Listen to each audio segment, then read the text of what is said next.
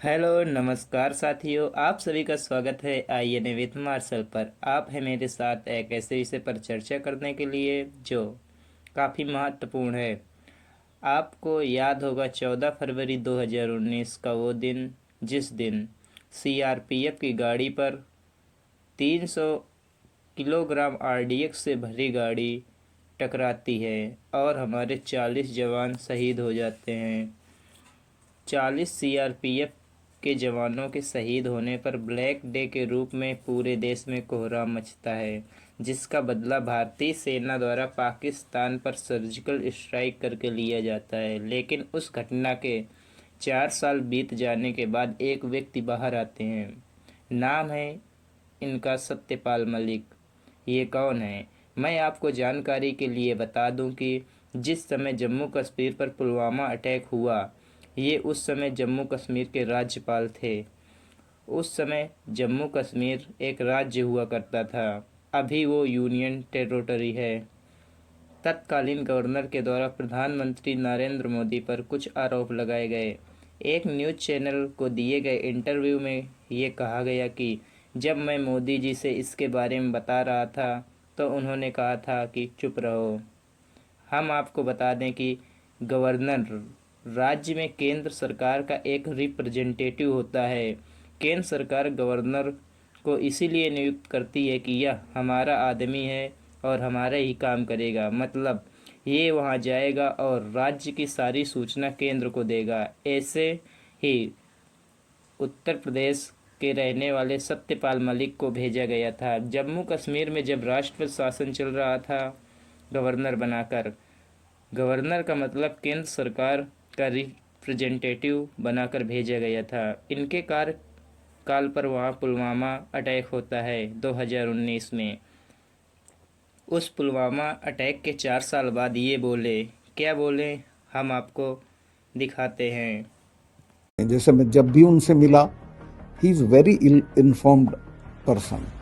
उनको कोई जानकारी नहीं है, कोई इल इन्फॉर्म्ड अबाउट कश्मीर। जब भी मेरी बात हुई, उनका इंफॉर्मेशन लेवल बहुत नीचे था। प्रधानमंत्री ji, who presents himself as being well informed and knowledgeable, आप कह रहे हैं is ill informed. Of course he is इल।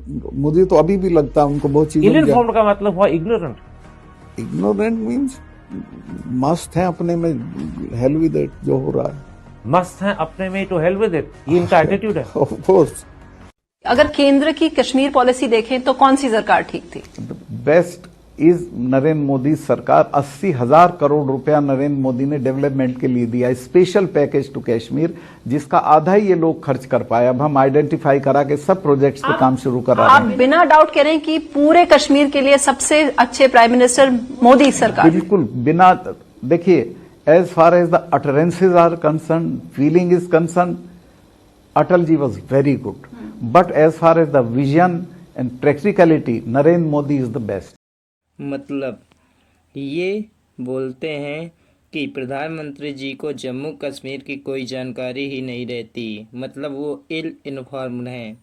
सत्यपाल मलिक जी 2018 में बोलते हैं कि कश्मीर के मसले पर मोदी जी जैसा कोई प्राइम मिनिस्टर आज़ाद भारत में हुआ ही नहीं।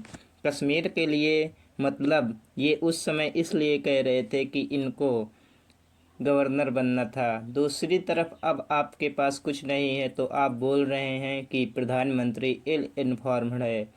तो ऐसे व्यक्ति जिन्होंने अपने बयानों में पहले ही एक इंटरव्यू दिया था और अभी भी एक मीडिया हाउस को इंटरव्यू दिया है, अब किस इंटरव्यू को सही माना जाए, या फिर यह माना जाए कि मलिक साहब ये सब राजनीति में फिर से आने के लिए बैटिंग तो नहीं कर रहे। इन्होंने अपने राजनीति कैरियर में बहुत राजनीतिक पार्टियां बदली हैं। ये कांग्रेस, बीजेपी, जनता दल और सपा के सदस्य भी रह चुके हैं। मैं आपको बता दूं कि द वायर की न्यूज़ है जिसमें Pulwama Modi corruption full explosive transcript of सत्य मलिक का वायरल इंटरव्यू है। वायरल इंटरव्यू के अंदर इंटरव्यूअर हैं जो करण थापर हैं। अब करण थापर कौन है? करण थापर एक बहुत प्रसिद्ध जर्नलिस्ट हैं।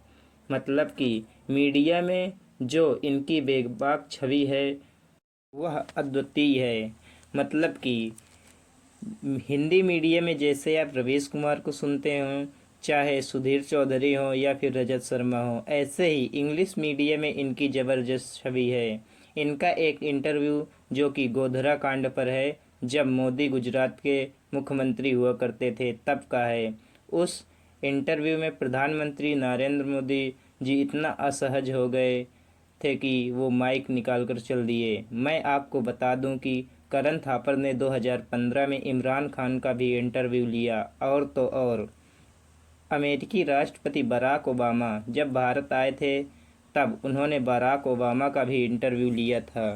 सत्यपाल मलिक द्वारा मीडिया हाउस को यह भी जानकारी दी गई कि सेना को 5 हेलीकॉप्टर की ज़रूरत थी और उसने केंद्र सरकार से 5 हेलीकॉप्टर की मांग की थी।